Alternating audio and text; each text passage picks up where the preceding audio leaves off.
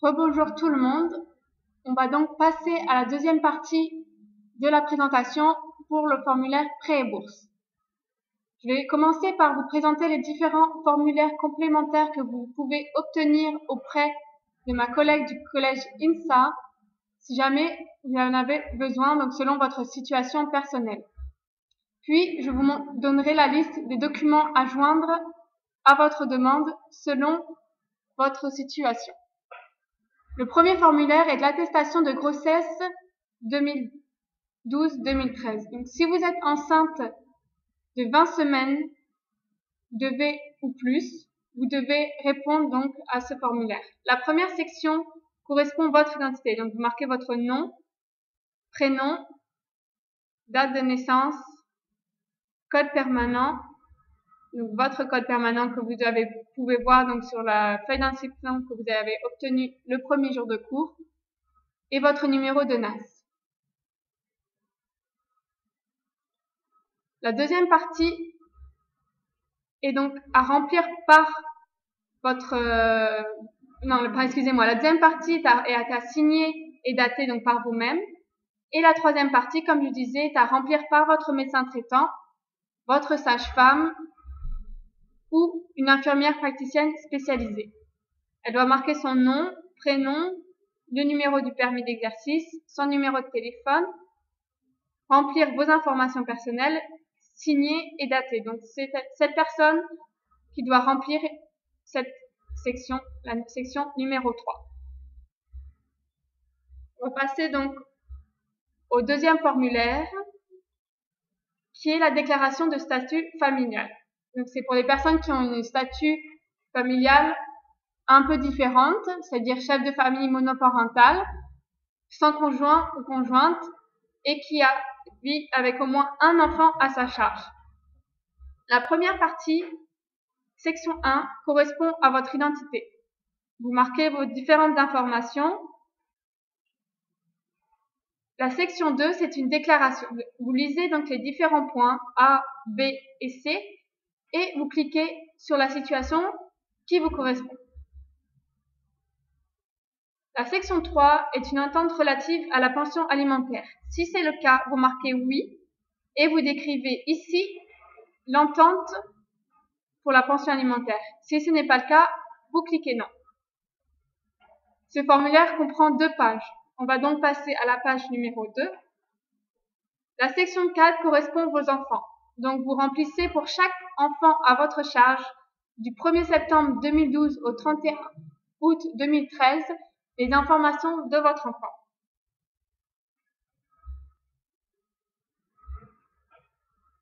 À la fin de cette partie, vous avez la confirmation de l'autre parent. Donc, vous faites signer par l'autre personne, ici, et dater. Elle doit aussi marquer son nom, ici. Puis, vous signez, vous datez, vous mettez le lieu, et vous venez donc nous rencontrer ici pour le commissaire à l'assermentation. Donc, un de nos collègues est commissaire à l'alimentation, il va pouvoir finir de signer et dater votre document. Il est très important que vous veniez ici avec cette feuille remplie pour pouvoir finaliser ce formulaire. Si jamais toutefois vous avez des questions supplémentaires, n'hésitez pas à demander à mes collègues du collège INSA pour plus d'informations selon votre situation personnelle. On va passer donc au dernier formulaire, qui est la déclaration de l'étudiante ou de l'étudiant dont les parents ou le conjointe ne réside pas au Canada cette année. Donc, si c'est votre situation, vous allez pouvoir remplir ce formulaire supplémentaire. Donc, vous remplissez la section 1, nom, prénom et votre code permanent. La section 2, selon votre situation, donc mes parents résident à l'extérieur du Canada, mon père réside à l'extérieur du Canada, ma mère réside à l'extérieur du Canada, mon conjoint ou ma conjointe réside à l'extérieur du Canada. Donc, ce formulaire est uniquement pour les personnes célibataires sans enfants dont les parents vivent à l'extérieur ou pour les personnes avec enfants dont le conjoint ou la conjointe vit à l'extérieur. Vous marquez en dessous les informations de la personne, puis vous signez ici, vous datez et vous venez donc avec ce papier rempli au collège INSA pour avoir la signature du commissaire à l'assermentation ici.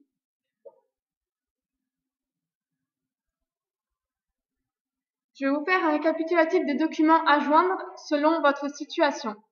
Cependant, si vous avez d'autres questions ou si vous voulez revoir par la suite les documents à joindre pour votre demande, vous pouvez vous référer à cette page-ci dans votre manuel où vous avez donc un tableau vert comme ceci qui va durer sur plusieurs pages qui, selon chaque situation, donne les documents requis à joindre. Donc, par exemple, ici, si vous êtes citoyen canadien naturalisé, la situation numéro 1, le document requis, certificat de naissance, copie d'acte de naissance ou certificat de naissance et de baptême d'une paroisse.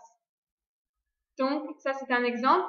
Je vais vous faire maintenant un récapitulatif des différents documents à joindre.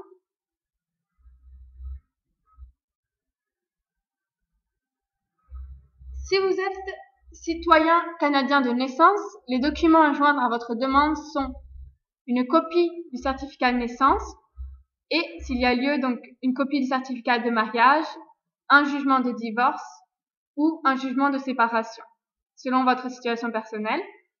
Si vous avez des enfants, il faut aussi joindre les copies du certificat de naissance de vos enfants.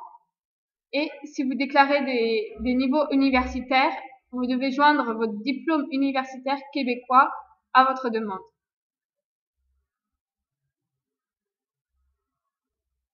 Si vous êtes citoyen canadien naturalisé, vous devez joindre la copie de commémoration de citoyenneté canadienne, ainsi que la confirmation de résident permanent ou votre carte de recto verso de la carte de résident permanent. Faites attention, la copie de la carte de résident permanent, le recto verso doivent être sur la même page. Vous devez aussi joindre, selon votre situation, la copie du certificat de naissance si vous êtes de mariage si vous êtes marié, le jugement de divorce ou le jugement de séparation. Si vous avez des enfants, vous devez aussi joindre la copie du certificat de naissance de vos enfants. Et si vous déclarez des diplômes universitaires québécois, la copie de ces diplômes. Si vous êtes résident permanent, vous devez joindre à votre demande de prêt et bourse une copie de votre confirmation de résidence permanente ou le recto verso de votre carte de résident permanent. Encore une fois, cette recto verso doit être sur la même page. Vous devez aussi joindre votre copie de certificat de naissance avec sa traduction,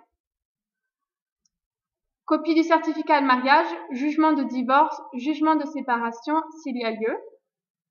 Si vous avez des enfants, la copie du certificat de naissance de vos enfants. Et si vous avez étudié au Québec, les copies du diplôme universitaire québécois. Pour chaque document, un tampon de copie conforme est obligatoire pour tous les documents réalisés à l'extérieur.